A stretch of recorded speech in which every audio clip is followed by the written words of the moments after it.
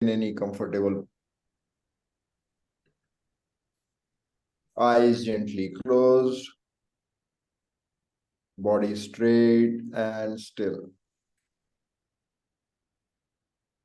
Become aware of the calm, relaxed flow of breath.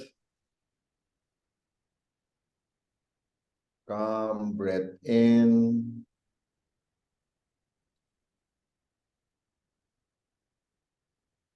Calm breath out. Total awareness of your breathing. Breathing in, fresh air. Breathing out, relax your whole body.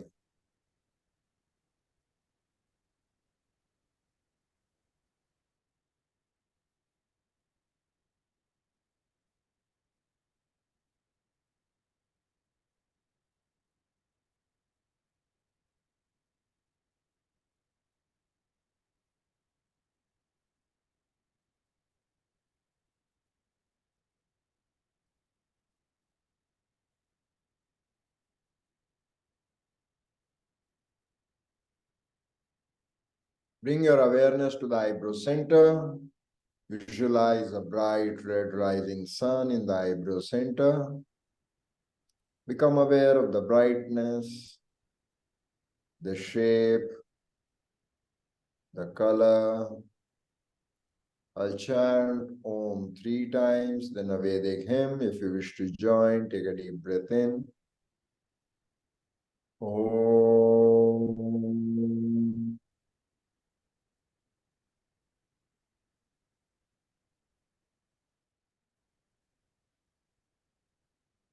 Om.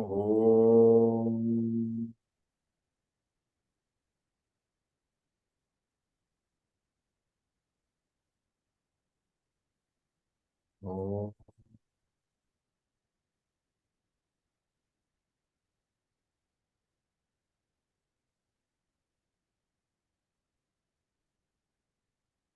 Om Sahana Vavatu Sahano Bhunaktu Sahaviryam Karavavai Tejasvinavaditamastu Mahavidvishavai. Om Shanti Shanti Shanti Hari Om. Hari Om Tat Sat. Bring your palms together, rub your palms. Feel the warmth in your palms, cross your fingers, fingers on the forehead, palms on your eyes. Then gently open your eyes. Hello, everyone. Hari Om. So before we continue, I'll just touch upon a couple of points. Was something that I forgot to mention yesterday, which Swamiji had asked me to do in the last class, and some things to do with the last class, which yesterday's session. Of course, Susanna is not here, but it is related to her question. So one of the things is, in one of the earlier classes, I had touched upon two of the Mahavakyas, which is Pragya, Tattvamasi and Aham Brahmasmi. Basically, I had touched upon both of them to explain some context. And in the process, I think I was trying to connect what I was trying to explain with these, and most probably I did not translate Aham Brahmasmi literally. So Swamiji had said he would send the video, but I have not seen the video yet. So I just wanted to mention that Aham Brahmasmi means I am Brahman. Asmi is am, and Brahman is the supreme consciousness, and Aham means I. Tattvamasi means tat, that, you, tvam, asi, that you are. So this is the literal translations. If I'm not wrong, most probably I was trying to explain that all that exists is Brahman. I am that, and you are also that, and everything is Brahman. So in the process, the language, the word play, perhaps I used, which Swami was not very satisfied with. So he said that people may get confused about this. So just I wanted to clarify this. Secondly, yesterday we were discussing karmani. It is a very, very complex kind of word to understand, because, and very, very educated people also have not really properly explained it as far as I understand, because I have had the recent opportunity of visiting one of the Shankaracharyas, and there also I realized that they are not aware of the historical evolution, that progression that has happened, and they are still flogging a dead horse, basically. So that is why many people, if they are told what is the role of a person, they relate it to the caste system. And then there can be various questions, and then people try to explain to this, no, this is not caste system, this is Varna system. And this is an endless debate almost, which actually nobody has touched on the substratum of it, the basic reality of it. So to explain it, I will give a very short evolution, which I think we will all agree with.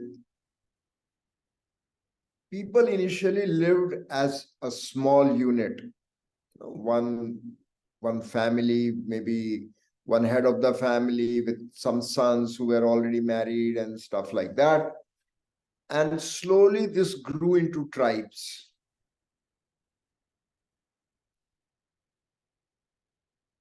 When you are in a tribe, when you are living on a mountain or in a forest, there is no real classification of work. You are the man who is the carpenter, because you have to make the door of the house, you have to make the house itself. You are the warrior, because if somebody attacks, you have to go and take care of the family, you have to protect the family, you have to hunt down the wild animals, you have to hunt down the enemies, you have to do everything. You are the wise man, and most probably the head of the family takes care of whatever ritual, etc. is to be done. Over a period of time, as society got a bit more interconnected, people began to have relationships, and people began to have linkages, so that in case of trouble, they could turn to each other. Perhaps they also identified that that wise man knows this subject very nicely, but the other wise man knows a different subject much better. So linkages happened. In fact, I had a very strong debate with one person who supposedly was my senior. He was saying that most of the problem that the Hindu society, the Indian society faces today, because there is no division of labor. Brahmins were supposed to study, Kshatriya were supposed to fight, Vaishyas were supposed to do business, and Shudras were supposed to serve. That was his logic. So I brought him to Mahabharata. I told him, now tell me, the people who were standing in the war field, who of those were not Kshatriya yet there? Because Kripacharya was not a Kshatriya, Dronacharya was not a Kshatriya. None of these Acharyas were Kshatriyas. They were all Brahmins.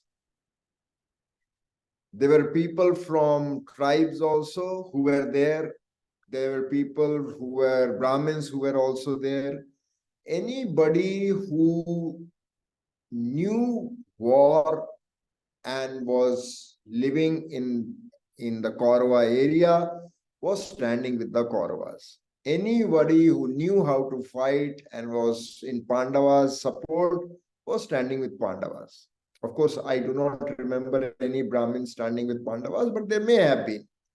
You see, earlier we never had organized armies. We had people in the society who had an inclination and they were taking care of their family, maybe protecting their families, maybe protecting their communities. And when there was a war, everyone would be summoned and everyone would go with whatever they had. It is only later that the royal army used to be there, and still these people used to be called. Even Naga sannyasis also used to be called, and they would be on the flanks at the back, in the last resort.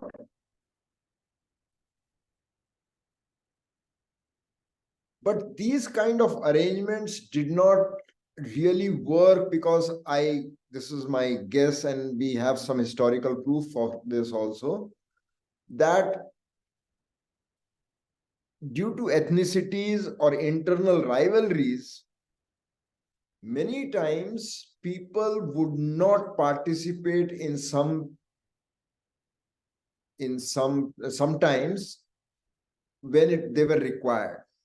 So there was a need perhaps to integrate the people, identify people from the communities, and since the society had got much more organized, we needed a more centralized defense force, like we have today also. Today's condition is very similar to the condition that I'm talking about. The only difference today and then is, like I mentioned yesterday, those days, anything required a very long study of any subject. Even if you were a businessman, if you were going to explore maybe how to do business with some new lands, you never knew if you were going to come back, because there may be a storm, there may be wild animals, there may be enemies, there may be inhospitable terrains, and you might never survive. Unlike today that you fly in and fly out. So anybody who, and Brahmins were not that they had a placement service, that they had studied Vedas, so somebody was going to give them a job. It was not like that.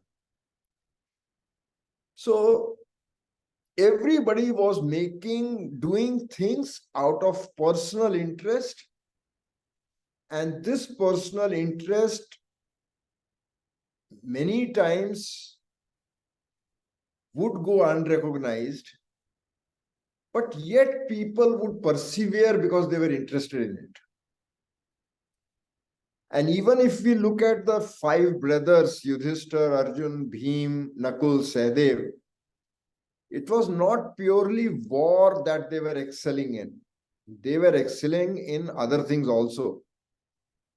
In case of Yudhishthir, he was very learned, and in fact, when he had to live incognito, he was living as the king's counsel.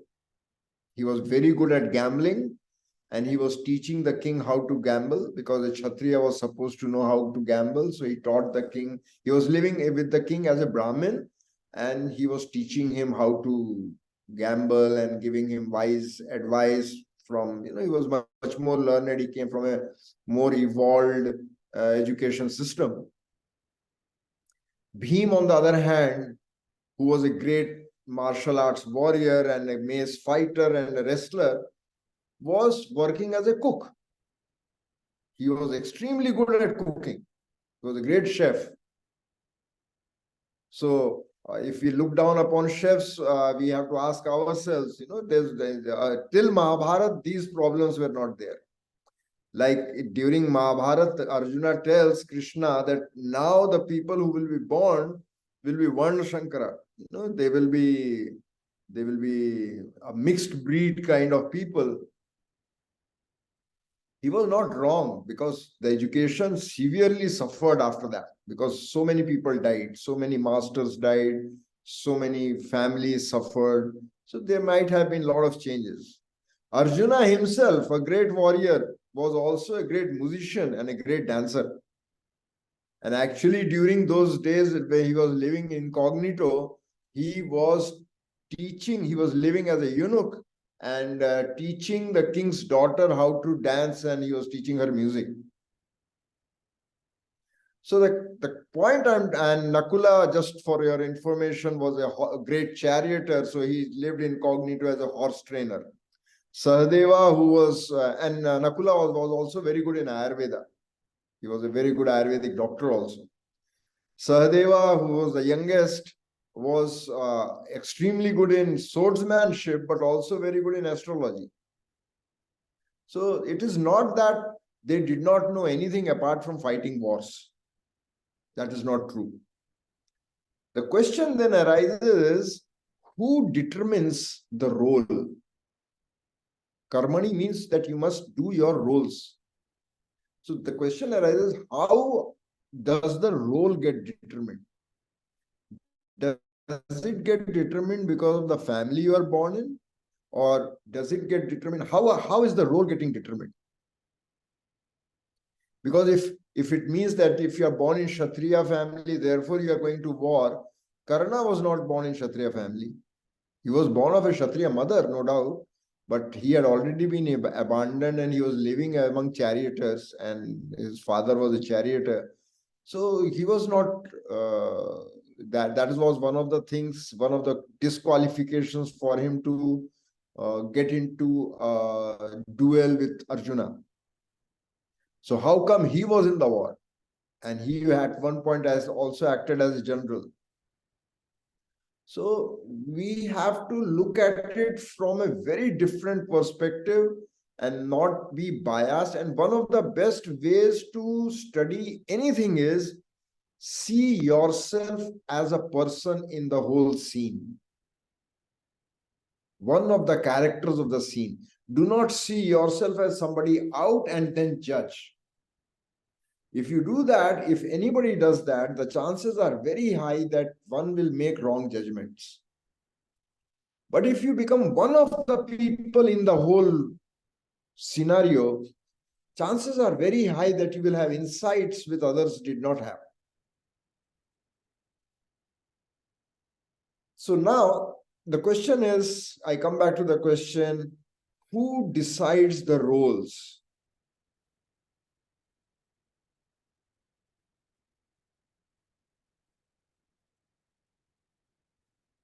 How do I decide whether I am a Brahmin or not?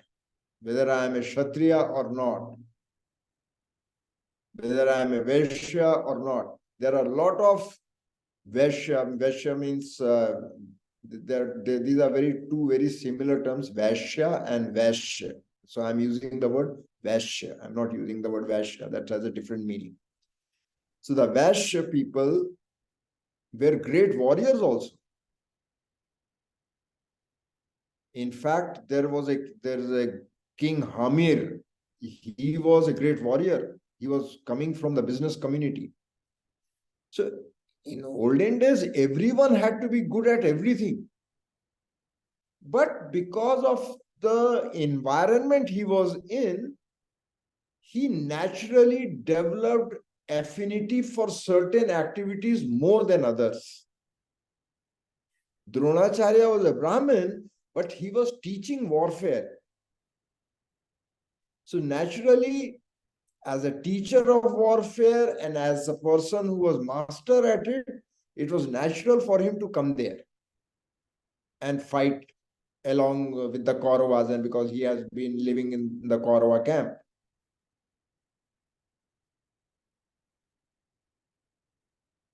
So the decision was not based on so-called birth, but then the question happens, how did it become so rigid and closed? Each of the communities became rigid and closed. we have to look around us. When I wanted to get selected in the defense forces. So I was there in the interview and I was talking to the psychologists there. They said that we are really looking for people, and we are looking for people who can work as a team. That is what we are looking for. That is the quality we are looking for. So we were talking and I said, these people are from defense forces. They are children of defense forces. So obviously you will be selecting them. They said, no. The test for them is going to be much more rigorous. And in fact, they did not get selected. The children of the people from defense forces did not get selected. And they were dead sure that they are going to get selected. So what happens is, two things happen. One is nepotism. The child is there, he does not have any inclinations. I do not know if you have noticed this. Professionals, the children of the professional, particularly the eldest son of the professional, rarely takes up the profession of his father. This is coincidence, and this is what I have noticed. I can be wrong, but this is my opinion. People who take up, since I was going to speak, I gave it more thought. I think people who take up usually have very wise fathers, and the fathers don't keep their sons or don't teach their sons. They usually send them to an expert they know, and they let the child learn from that expert. The child learns from the father through example, but the child learns the skill from somebody else. One good example is Abhimanyu, the son of Arjuna. Abhimanyu learned most of the warrior skills from Krishna. Krishna was a relative of Arjuna. So in multiple ways, because Abhimanyu's mother was Subhadra, who was a sister of Krishna. And he was also related from his mother's side to Krishna. So he ensured that he learned it from somewhere else. He himself never taught him. If he taught him, maybe he taught him later. But the foundation was built elsewhere. Even with the Kauravas and Pandavas, the best warrior in the Kaurava and Pandava, among the children of, among this family was Bhishma. But Bhishma did not teach anything to these people. Anything, when I mean, is the professional part of it. He may have shared some things, he may have set examples in some ways, he may have given advice in some ways, which may have been a teaching, but professional grooming he did not do. He ensured that there was a good teacher. He got Kripacharya, he got Dronacharya as teachers, and they taught them the skills. So coming back to the word karmani, most probably it has developed a bad taste in the mouth of people when people say roles, because it has been misinterpreted. People have been discriminated against. Probably there was a lot of nepotism also. Initially, it may have been a reality of the situation that, the father has been doing pujas and the father is no more, and the people want somebody to do the pujas, and they come to the father, to the priest's house. And then they say, tell the son, you have been helping your father, why don't you do it? Because nobody else knows it. And then the son does it. Similarly, in fact, in Mahabharata, that is what happened. Arjuna was not around. Somebody had to break through the Chakravyuha. So Yudhishthir and everyone, Abhimanyu said, I know how to go in. So everyone said, fine, in that case, why don't you go in and we will follow you. And we will ensure that you come to no harm. But that was not to be, and we know what happened, that Abhimanyu was finally killed in unfair ways. So nepotism is the problem. Classification of the roles, duties of people, those are not the problem. What is the solution to it? The solution is to have education available to all. Because in life, people make a lot of choices which many times don't go right. In such a case, the children must not have to suffer.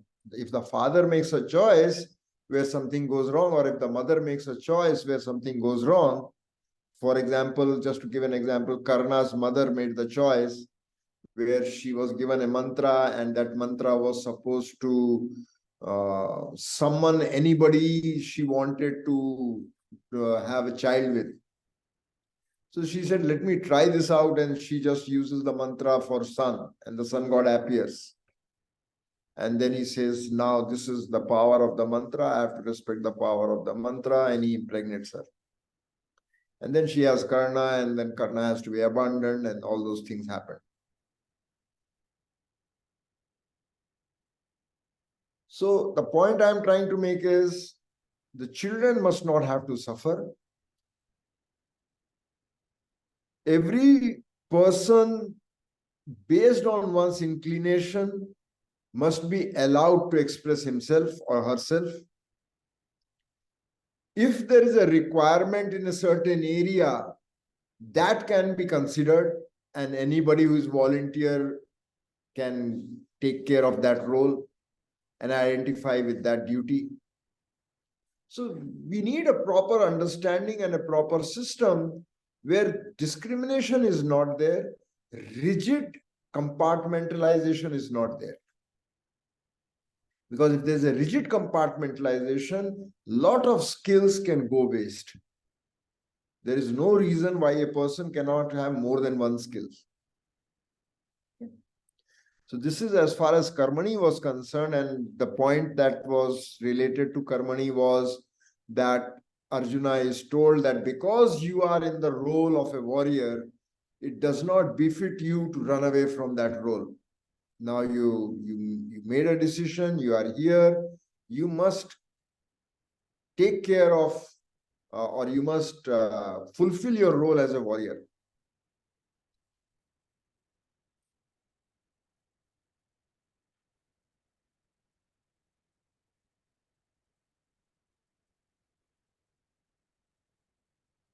So now we go on to the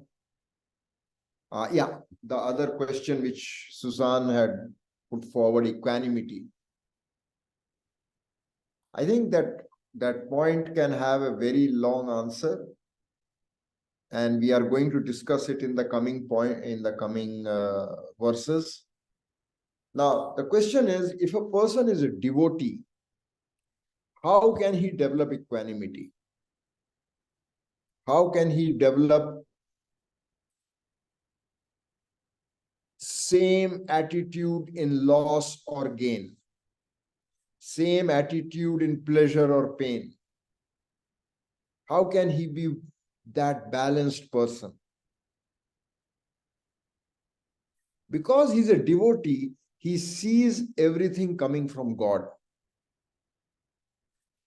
This is happening to be because God willed it. God wants me to go through it. God thinks I'm strong enough to deal with it.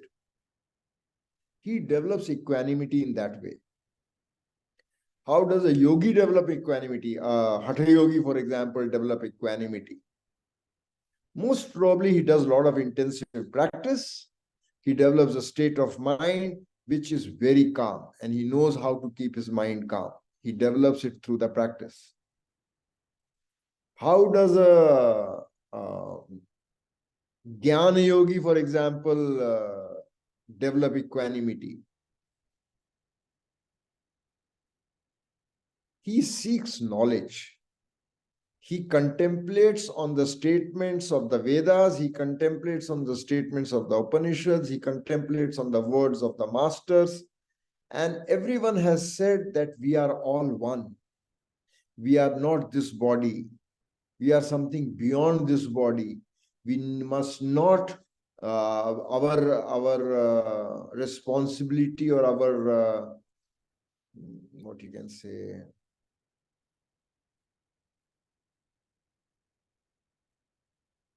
our authority to do something is only in the role that we are, not on the results that come out of it. So when he reads about all these things and he contemplates on it and he tries to put it in his life, he slowly develops equanimity, he or she, for that reason. So different people develop equanimity in different ways. One of the things I can vouch for is, if you are a person who faces challenges and is proactive, if there is anything happening, any problem around you, and you are proactive, you move forward and try to take the bull by the horns, as they say, chances are very high that you will develop a certain level of maturity which will reflect that equanimity. So that is a karma yogi's way. Let us put it like this. How does a karma yogi develop equanimity? A karma yogi develops equanimity by taking the bull by the horns, by identifying what is to be done and going forward and doing it, by addressing any need that arises and not flinching from handling.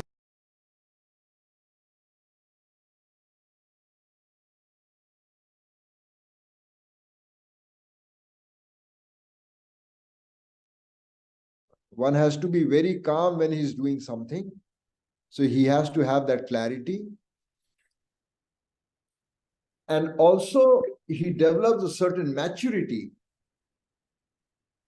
whereby he reflects the same equanimity.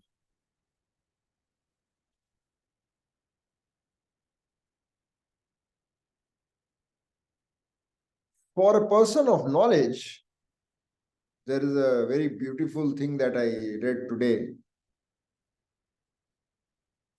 One has to understand that one is experiencing happiness also, one is experiencing sorrow also. You know, the logic given is, if it is a fish, it experiences water. It does not have the experience of land. If it is an elephant, he has the experience of the land. He does not have as much experience of water as a fish has. So you have to be something which can experience both. If you are something that experiences both, it means you are different from those things. And therefore you are basically equanimous. Therefore you are experiencing pleasure also, you are experiencing pain also. Now you can always say, what about the amphibians? So please don't go there. Okay. The idea is to understand the point. I'm hearing some sound. I think it is the office phone. Okay. I don't know if it disturbs you, but we are about to finish the class. So we will conclude with this, that equanimity is our nature. Equanimity is us.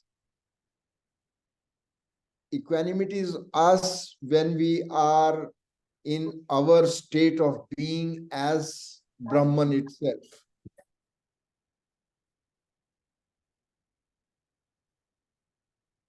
So therefore, we need to identify our true nature and we need to reinforce that, because it takes us to higher learnings, and when the equanimity is there, other things of selfish interest will not come in naturally. So therefore, it is necessary that we strengthen this part, and we will touch a bit more about this in the next class. Please get ready for the final prayer. Be seated in any comfortable posture. And if anybody has a question, we will have a minute to do that also. Take a deep breath in, awareness at the eyebrow center. Visualize a bright red rising sun.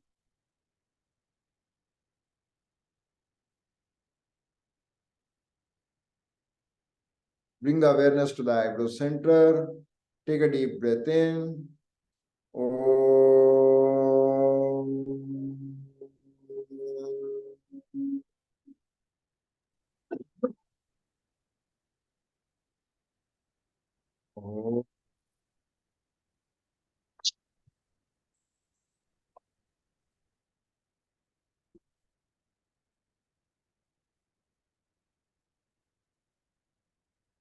Om.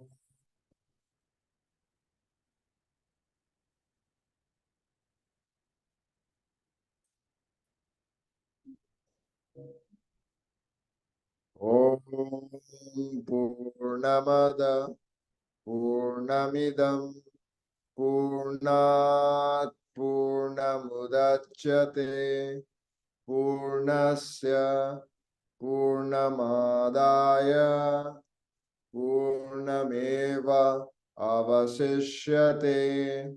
Om Shanti Shanti Shanti. Hari Om. Hari Om Tat Sat. Bring your palms together, rub your palms. Feel the warmth in your palms. Place them on your eyes 3 times or once, whichever suits you. Then gently open your eyes. Okay, so if you have any question, please send it to Swamiji. He will pass it on to me and I will try to answer. And Swamiji is here, blessing everyone. Hari Om Tat Sat. See you again. Hari Om.